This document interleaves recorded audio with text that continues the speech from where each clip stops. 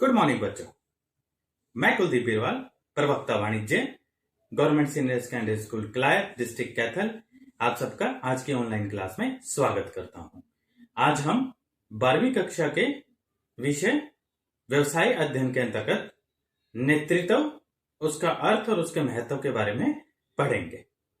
नेतृत्व के बारे में एक बात कही गई है, एक लाइन कही गई है कि नेतृत्व जो है वो संभव को वास्तविकता में बदल देता है।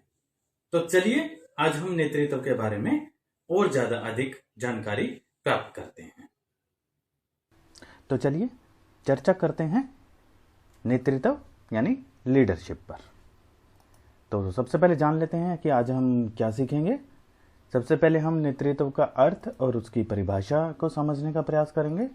फिर उसके बाद में हम नेतृत्व की विशेषताएं और महत्व जानेंगे। साथ ही साथ हम प्रबंध कला और नेतृत्व के बारे में चर्चा करेंगे और इन दोनों में ही अंतर को जानने का प्रयास करेंगे। एक अच्छे नेता के गुण भी आज हम पढ़ेंगे और अपने आज की ऑनलाइन क्लास का समापन करेंगे हम नेतृत्व शैली के साथ में। चलिए सबसे पहले जान लेते हैं नेतृत्व का अर्थ। हमेशा की तरह पहले परिभाषा, फिर उस परिभाषा को समझने का हम प्रयास करेंगे। तो सबसे पहले मिस्टर टेरी क्या कह रहे हैं?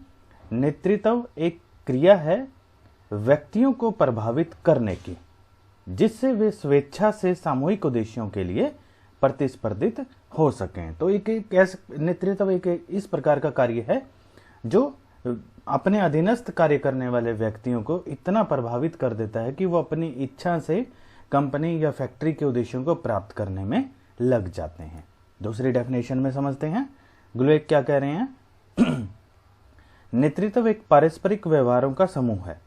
पारस्परिक मतलब मिले जुले व्यवहारों का, जिसकी रूपरेखा कर्मचारियों को उद्देश्यों की प्राप्ति में सहयोग करने के लिए, प्रभावित करने के लिए बनाई जाती है। तो यहाँ पर भी क्या आ गया कि कंपनी के उद्देश्यों को, सामूहिक उद्देश्यों को प्राप्त करने के लिए एक इस प्रकार की रूपरेखा, इस प्रकार का फ्रेमवर्क तैयार किया जाता है कर्मचारियों के लिए, जिससे वे प्रभावित होकर उन उद्देश्यों को प्राप्त करने में लग जाते हैं। तो जब भी हम किसी संस्था की सफलता की कहानियों को सुनते हैं, हमें एकदम से उनके नेताओं का एकदम से ध्यान आ जाता है। अगर हम बात करें माइक्रोसॉफ्ट की, जो कि सबसे बड़ी कंपनी है कंप्यूटर की फील्ड के अंदर, तो बिल गेट्स के बिना, या फिर रिलायंस की बात करें हम तो धीरू भाई अंबानी के बिना, जिन्होंने उसको खड़ा किया कंपनी को। इन्फोसिस की अगर हम बात करें तो नारायण मूर्ति जी। टाटा बिना JRD टाटा के, या फिर हम विप्रो की बात करें तो बिना अजीम प्रेम जी के हम कल्पना नहीं कर सकते, क्योंकि इन्होंने ही कंपनी को एकदम खड़ा किया, अपने वजूद को बनाए हुए। हम कहेंगे कि यह संभव ही नहीं है कि इतनी सफलता बिना किसी महान नेता के प्राप्त की जा सकती है। नेता सदैव किसी भी संगठन की सफलता तथा उत्कर्ष में एक महत्वपूर्ण भूमिका निभाते हैं। तो नेतृत्व की अवधारणा क्या होगी, इसके महत्व, इसके जो अच्छे नेता हैं उनके गुणों के बारे में हम आगे धीरे धीरे अपने टॉपिक को बढ़ाएंगे और चर्चा करते चलेंगे। तो इसी टॉपिक को आगे बढ़ाते हुए हम ये पढ़ लेते हैं प्रबंध कला एवं नेतृत्व, इसके बारे में। तो प्रबंध तथा नेतृत्व को समानार्थक शब्द माना जाता रहा है, जबकि यह ठीक नहीं है। प्रबंधक वह व्यक्ति होता है जो प्रबंधकीय कार्य करता है। नेता वह व्यक्ति होता है जो अपने अनुयायियों को इस तरह से प्रभावित करता है कि वे वही करते हैं जो नेता चाहता है। एक प्रबंधक में नेता का गुण होना चाहिए ताकि उसके अधीनस्थ उससे प्रभावित हो जाएं। इसीलिए कहा गया है प्रबंध अगर नेतृत्व को हम मिला दें तो सफलता प्राप्त करना आसान हो जाता है। यह आवश्यक नहीं है कि एक नेता प्रबंधकीय कार्य करे, लेकिन सफलता प्राप्त करने के लिए आवश्यक है कि एक प्रबंधक में नेतृत्व के गुण हों। सभी प्रबंधक नेता होते हैं, लेकिन सभी नेता प्रबंधक नहीं होते। ठीक है, तो एक प्रबंधक के लिए तो बहुत जरूरी है कि उसके अंदर नेतृत्व का गुण हो, लेकिन हर नेता जरूरी नहीं है कि प्रबंधक के गुण रखता हो। चलिए अंतर देख लेते हैं दोनों में, प्रबंध और नेतृत्व में क्या अंतर है। सबसे पहले अर्थ, प्रबंधक वह प्रक्रिया होती है जिसमें कार्य को कुशलतापूर्वक व प्रभावपूर्ण ढंग से पूरा किया जाता है, जबकि नेतृत्व दूसरों को इस ढंग से प्रभावित करना है कि वे वही करें जो नेता चाहता है। तो ये दोनों में अर्थ में जो है वो डिफरेंस होगा।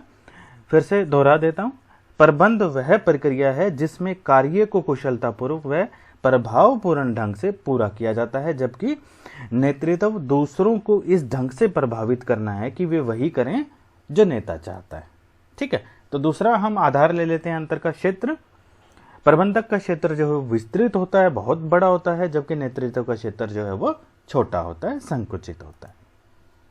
तीसरा आधार अंतर का उद्देश्य, संगठनात्मक उद्देश्यों की प्राप्ति करना प्रबंध का जो है वो कार्य होता है, जबकि नेतृत्व में कहें तो अनुयायियों की आकांक्षाओं व अभिलाषाओं को पूरा करना नेतृत्व का उद्देश्य होता है। चौथे पॉइंट पे चलते हैं हम अंतर के आधार पे। अस्तित्व, सामूहिक या संगठित समूह तथा औपचारिक संगठन जो है वो प्रबंधक के अंदर आते हैं, जबकि असंगठित समूह अथवा अनौपचारिक संगठन जो है वो नेतृत्व के अंदर आते हैं। तो ये चार हमारे अंतर के आधार हैं, जिससे ये स्पष्ट हो जाता है कि प्रबंध और नेतृत्व दोनों अलग अलग हैं, दोनों अलग अलग प्रकार से कार्य करते हैं। चलिए अगली स्लाइड पर चलते हैं। नेतृत्व की विशेषताएं। तो अब तक हम नेतृत्व का अर्थ पढ़ के आ चुके हैं, और नेतृत्व क्या कह रहा था कि दूसरों को इस ढंग से प्रभावित करने से है ताकि वे वही करें जो एक नेता चाहता है। तो ये अर्थ था। अब इसकी विशेषताएं जान लेते हैं, थोड़ा सा और आसान हो जाएगा अर्थ को समझना, और अर्थ समझ पाए तो विशेषताएं बहुत आसानी से समझ पाएंगे। सबसे पहला पॉइंट, प्रभावपूर्ण प्रक्रिया। नेतृत्व अपने अनुयायियों या फिर अधीनस्थों, अधीनस्थ कौन होते हैं, जो किसी व्यक्ति के अंडर में काम करते हैं, को इस तरह से अपने प्रभाव में ले लेता है कि वे वही करते हैं जो नेता या फिर प्रबंधक चाहता है। ठीक है, तो इस प्रकार से प्रभाव उनके ऊपर छोड़ देता है। दूसरा, व्यवहार परिवर्तन। नेतृत्व से प्रबंधक अपने अधीनस्थों के उदासीन व्यवहार या फिर नकारात्मक प्रवृत्ति को, उदासीन व्यवहार मतलब जब कार्य में अच्छे प्रकार से ना दिल लगा कर करना, तो नकारात्मक प्रवृत्ति को बदलने में सहायक होता है, जिससे अधीनस्थों की कार्यकुशलता में वृद्धि हो जाती है। हमने पिछले चैप्टर में कार्यकुशलता के ऊपर काफी बातें की हैं। कार्यकुशलता का मतलब हो गया कम समय में कम लागत में अच्छी क्वालिटी का कार्य कर देना। तीसरा हमारा विशेषता, नेता व अनुयायियों का संबंध। नेतृत्व की मुख्य विशेषता अपने अनुयायियों का होना है। बिना अनुयायियों के नेता का कोई भी अस्तित्व नहीं होगा। तो नेता तभी हम कहला पाएंगे जब हमारे अनुयायी या हमारे अधीनस्थ कार्य करते होंगे। अगली विशेषता, सामूहिक उद्देश्यों की प्राप्ति। नेतृत्व संगठनात्मक उद्देश्यों के साथ साथ व्यक्तिगत उद्देश्यों को भी प्राप्त करने में सहायक होता है। ठीक है, तो सिर्फ सामूहिक से नहीं है, सिर्फ कर्मचारियों के, अधीनस्थों के या नेताओं के जो है व्यक्तिगत उद्देश्यों को भी प्राप्त करने में हमारी सहायता करता है। तो विशेषताएं क्या कह रही हैं हमारी, नेतृत्व किसी व्यक्ति की दूसरों को प्रभावित करने की योग्यता को दर्शाता है। नेतृत्व दूसरों के व्यवहार में परिवर्तन लाने का प्रयास करता है। नेतृत्व नेता तथा अनुयायियों के मध्य पारस्परिक संबंध को दर्शाता है। नेतृत्व का अभ्यास संस्था के समान उद्देश्यों को प्राप्त करने के लिए किया जाता है। नेतृत्व एक लगातार निरंतर चलने वाली प्रक्रिया है। तो एक तरह से हम विशेषताओं और नेतृत्व के अर्थ से हम क्या सीख पाए कि व्यक्ति जिसमें नेतृत्व के सभी गुण विद्यमान होते हैं वो नेता कहलाता है। नेतृत्व की चर्चा करते समय यह महत्वपूर्ण हो जाता है कि नेता अनुयायियों के संबंध को समझा जाए। बहुत बार किसी संगठन की सफलता का श्रेय उसके नेता को ही दिया जाता है, परंतु अनुयायियों को उपयुक्त श्रेय नहीं दिया जाता।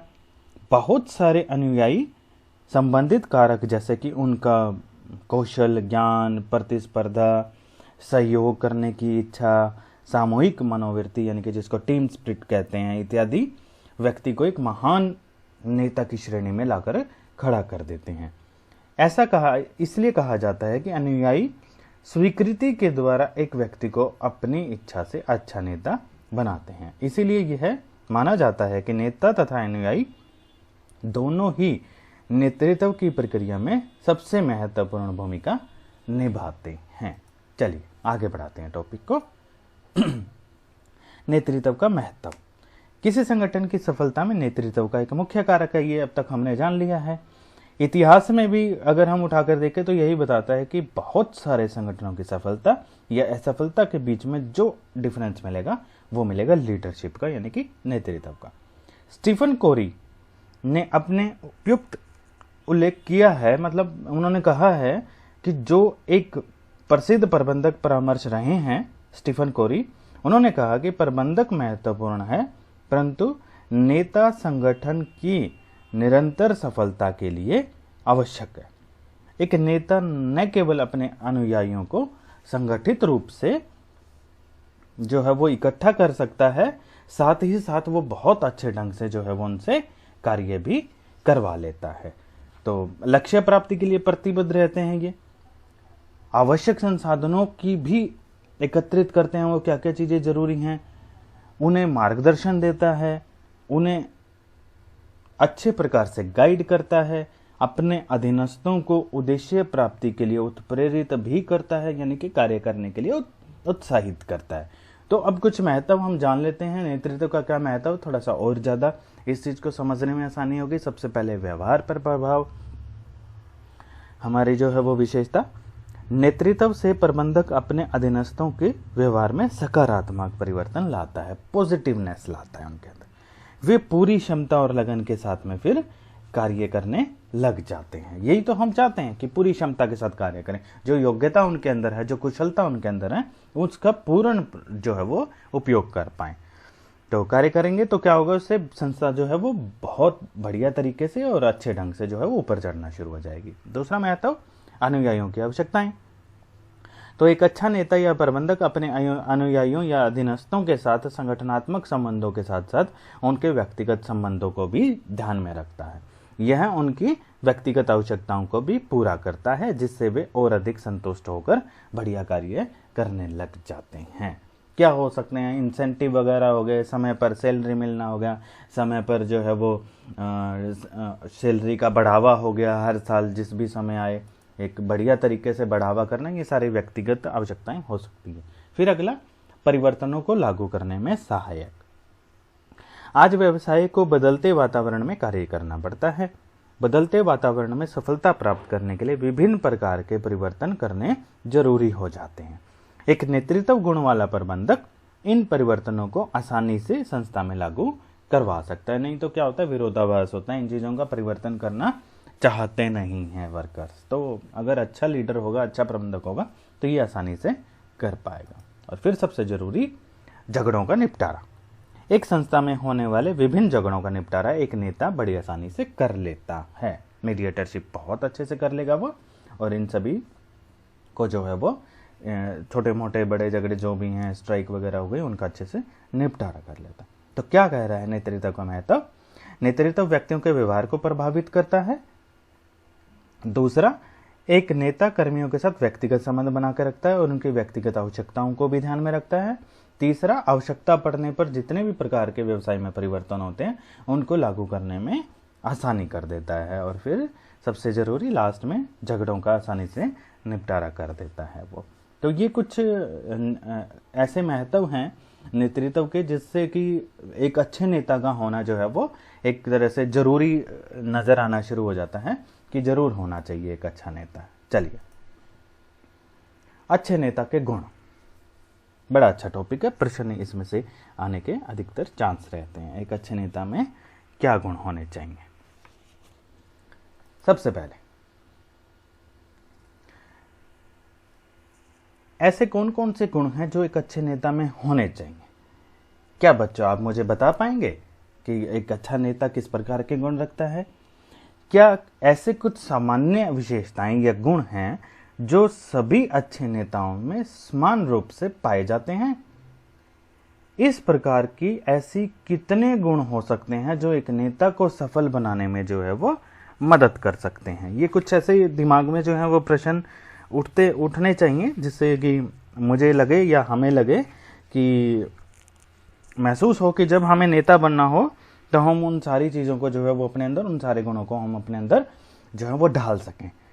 नेतृत्व का एक उपागम इस बात पर बल देता है कि एक व्यक्ति में कुछ निश्चित गुण या फिर विशेषताएं जरूर होनी चाहिए जिससे वह एक अच्छा लीडर बन सके।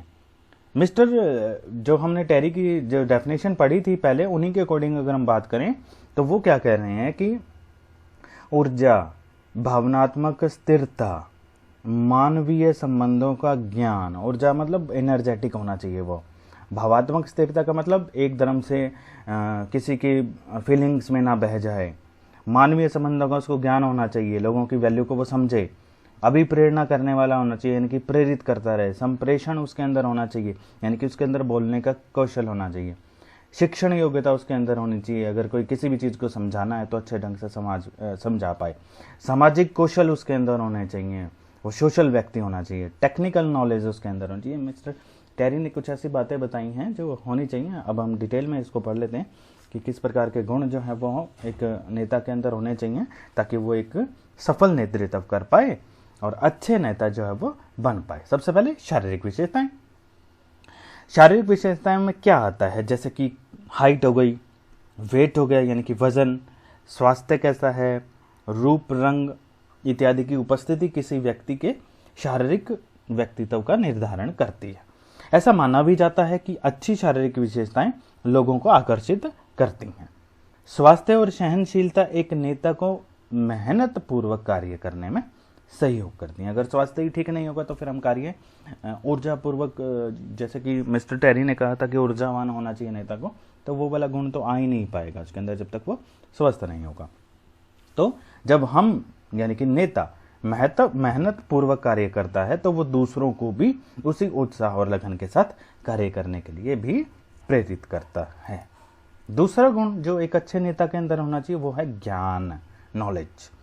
एक अच्छे नेता में आवश्यक ज्ञान और कौशल होना बहुत जरूरी है। केवल ऐसे ही व्यक्ति अपने अधीनस्थों को सही रूप से आदेश दे सकते हैं जो उस कार्य का पूर्ण ज्ञान रखते होंगे। फिर अगर हम तीसरे पॉइंट की हम बात करें, सत्यनिष्ठा या फिर ईमानदारी। एक नेता में उच्च स्तर की सत्यनिष्ठता तथा ईमानदारी का होना बहुत जरूरी है। वह दूसरों के लिए आदर्श तभी बन पाएगा जब उसके अंदर सत्यनिष्ठता, ईमानदारी होगी, वह नैतिकता का गुण रखता होगा और अपने मूल्यों को और कर्मचारियों के मूल्यों को पहचानता होगा। तो बहुत ही जरूरी गुण है ये। फिर हम अगले गुण की अगर हम बात करें तो वो आता है पहल करना, इनिशिएशन करना। एक नेता में साहस तथा पहल शक्ति या फिर नेतृत्व आवश्यक होना चाहिए। उसे यह इंतजार नहीं करना चाहिए कि कब उसे सो अवसर मिले, बल्कि उसे तो उन अवसरों को हथियाना चाहिए। इसी को हम पहल कहते हैं, इनिशिएशन कहते हैं, पहला कदम उठाना कहते हैं, तथा संस्था के लाभ के लिए प्रयोग करते रहना चाहिए। तो ये बड़ा अच्छा एक जरूरी गुण है। फिर अगले गुण की हम बात करें तो संप्रेषण कौशल।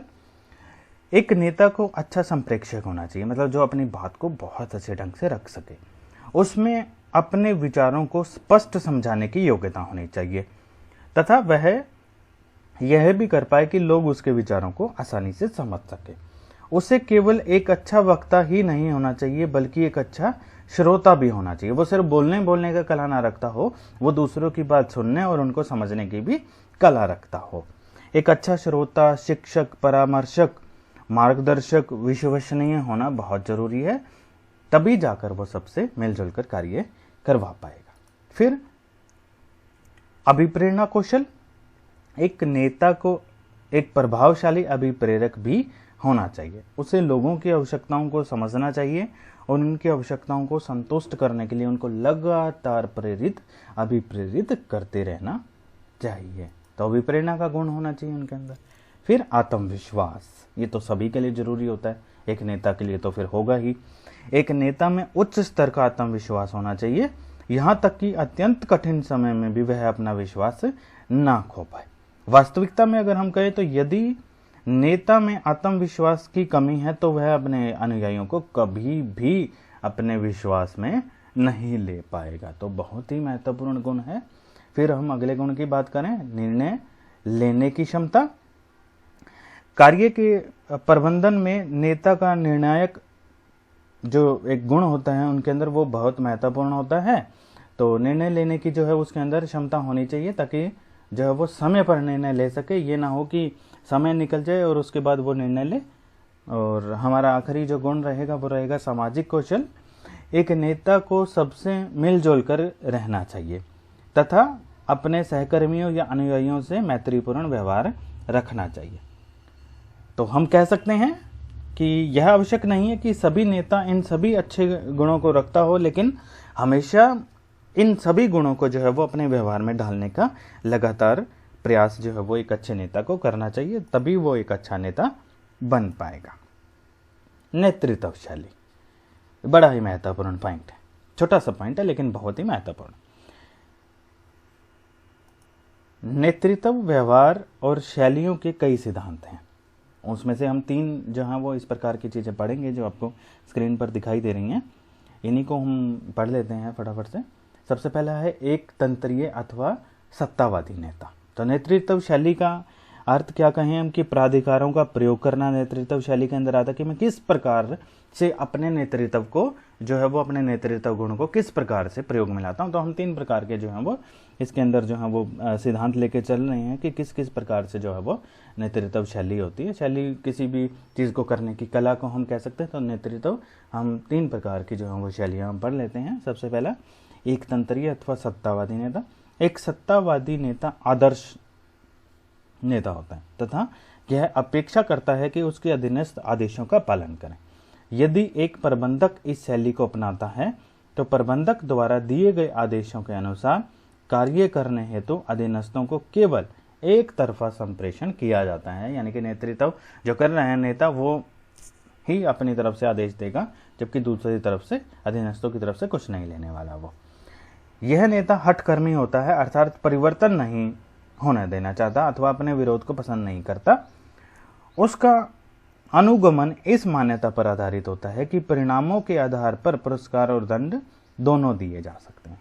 नेतृत्व की यह शैली कई परिस्थितियों जैसे कि कारखानों में प्रबंधक समय पर उत्पादन के लिए उत्तरदायी है तथा श्रम उत्पादक सुनिश्चित किया जाना है इत्यादि में उत्पादकता प्राप्त करने के लिए प्रभावशाली होती है। शीघ्र निर्णय लेने में भी इसमें सुविधा रहती है, परंतु यह विविधताएं भी हैं इसके अंदर। वे प्रत्येक के मत को सुनते हैं, अधीनस्थों के विचारों और मुद्दों को ध्यान में रखते हैं, परंतु निर्णय का जो अधिकार होता है वो अपने पास में ही रखते हैं। दूसरा लोकतंत्रीय अथवा सहभागी नेता। एक सहभागी नेता कार्य योजनाएं विकसित करेगा और अपने अधीनस्थों की सलाह से निर्णय लेगा। उसमें एक तंत्रीय में क्या हो रहा था, वो अधीनस्थों के ऊपर नहीं अपने निर्णय पर ही चल रहा था। अब ये क्या कर रहे हैं, अधीनस्थों की भी सलाह लेगा, वह उन्हें निर्णय में भाग लेने हेतु प्रोत्साहित करेगा। नेतृत्व की यह शैली आज के समय में बहुत ही सामान्य है, क्योंकि नेता यह भी मानते हैं कि यदि लोग अपने उद्देश्यों को निर्धारित कर लें तो वे सर्वोत्तम निष्पादन कर सकते हैं, सर्वोत्तम यानी कि बेस्ट परफॉर्मेंस दिखा सकते हैं। उन्हें दूसरों के विचारों को सम्मान देने, अधीनस्थों को उनके कार्य निष्पादन में समर्थन देने तथा संगठनात्मक उद्देश्यों को प्राप्त करने की आवश्यकता है। ये समूह के अंतर्गत सहमति बनाकर ही निर्णय लेते हैं। तो इसमें समूह में सहमति बन रही है, उसके बाद निर्णय ले रहे हैं, जबकि एक तंत्रीय में वो नेता जो है वो खुद ही निर्णय लेने की पावर अपने पास में रखता है। तीसरा अबंध अथवा मुक्त रोक नेता। इस प्रकार का नेता शक्ति के प्रयोग में विश्वास नहीं रखता जब तक कि वह अत्यावश्यक न हो। अनुगामियों को उच्च श्रेणी की स्वतंत्रता दी जाती है ताकि वे अपने उद्देश्यों को तथा उन्हें प्राप्त करने के तरीके स्वयं तय कर सकें। समूह के सदस्य अपना अपना कार्य करते हैं तथा मिलकर समस्याओं को सुलझाने का प्रयास करते हैं। प्रबंधक केवल उन्हें समर्थन देता है तथा सौंपे गए कार्यों को पूर्ण करने हेतु आवश्यक सूचनाओं की भी आपूर्ति करता है। साथ ही साथ अधीनस्थों द्वारा किए जाने वाले कार्य का उत्तरदायित्व भी ग्रहण करते हैं। तो ये हमारे 3 प्रकार के थे। परिस्थितियों के आधार पर आवश्यकता पड़ने पर एक नेता इन शैलियों का समायोजन करके भी चयन कर सकता है, इस्तेमाल कर सकता है। कार्य करते समय एक अबंध नेता निश्चित नियमों का पालन करते हैं और अनिश्चितकालीन स्थिति में लोकतांत्रिक नेता को स्वयं के निर्णय लेने में भी जो है वो सहायता मिलती है। तो ये थी हमारी आज की ऑनलाइन क्लास। धन्यवाद।